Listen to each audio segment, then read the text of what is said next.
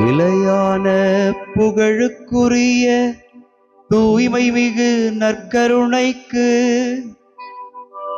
எல்லா காலமும்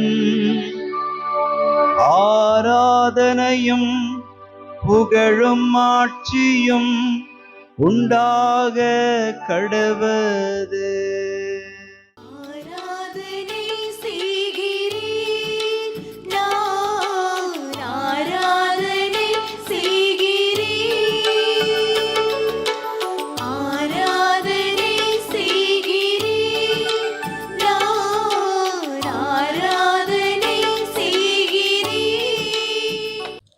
ஆண்டவருக்குள் பிரியமான சகோதர சகோதரிகளே, இன்று நவம்பர் மாதம் 29ஆம் தேதி வெள்ளிக்கிழமை.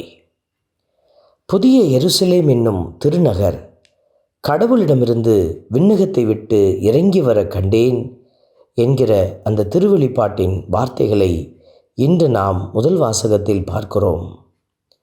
ஆண்டவர் விண்ணகத்தை பற்றி கொண்டிருந்த தெய்வம் அல்ல, அதை துறந்துவிட்டு மண்ணகத்தில் நம்மோடு தங்குவதற்காக இறங்கி வந்த தேவன். இந்த தெய்வமே நற்கருணை நாதராய் இருக்கிறார். இந்த தெய்வத்தை பாடி புகழ்ந்து ஆராதிப்போம். இதோ கடவுளின் உறைவிடம் மனிதர் நடுவே உள்ளது. இதோ கடவுளின் உறைவிடம் மனிதர் நடுவே உள்ளது. ஆண்டவருடைய திருப்பாடல் 84 இன்று நமக்கு அருளப்பட்டிருக்கிறது. பல்லவியாக திருவெளிப்பாட்டின் வார்த்தைகள் இதோ கடவுளின் உறைவிடம் மனிதர் நடுவே உள்ளது என்று உரைக்கிறது. கடவுள் அவருடைய உறைவிடத்தை மனிதன் நடுவே வைத்துக்கொள்ளவே விரும்பினார்.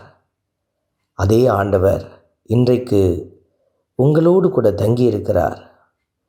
வெறும் நற்கருணை நாதராக மட்டுமல்ல, உங்களுக்குள் உறைந்திருக்கிற உண்மையின் அடையாளமாக, நீதியின் அடையாளமாக, இரக்கத்தின் அடையாளமாக உங்களிடமிருந்து இந்த அடையாளங்கள் வெளிப்படுகிற போது நீங்கள் இயேசுவின் சாட்சிகளாய் இருக்கிறீர்கள்.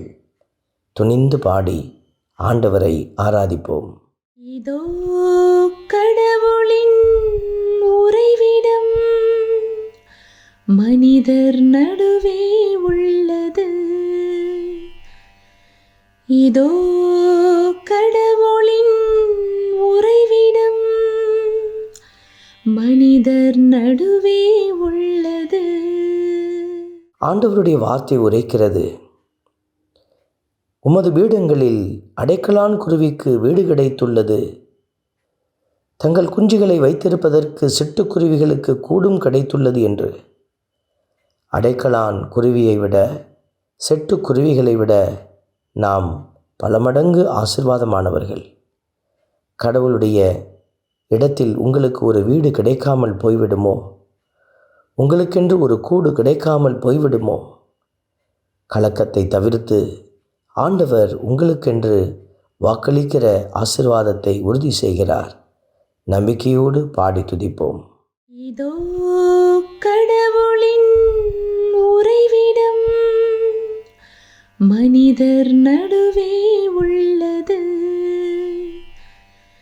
இதோ கடவுளின் உறைவிடம் மனிதர் நடுவே உள்ளது. அன்பின் பரமபிதாவே, நன்றியோடு உம்மை துதிக்கிறோம், உம்மை ஸ்தோத்தரிக்கிறோம், உம்மை ஆராதிக்கிறோம், நன்றி செலுத்துகிறோம்.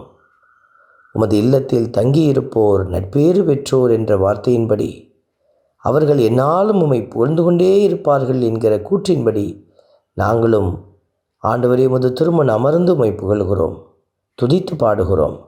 நீர் கொடுத்த அனைத்து ஆசீர்வாதங்களுக்கும் நன்றி செலுத்துகிறோம். தொடர்ந்து உம்முடைய இரக்கமும் கிருபையும் எங்களோடு தங்கி இருக்கவும், எங்களை வழிநடத்தவும் நீரே உதவி செய்வீராக. ஆமென். எல்லாம் வல்ல இறைவன் தந்தை, மகன், தூய ஆவியார் உங்களையும் உங்கள் குடும்பத்தையும் நிறைவாய் ஆசீர்வதிப்பாராக. ஆமென்.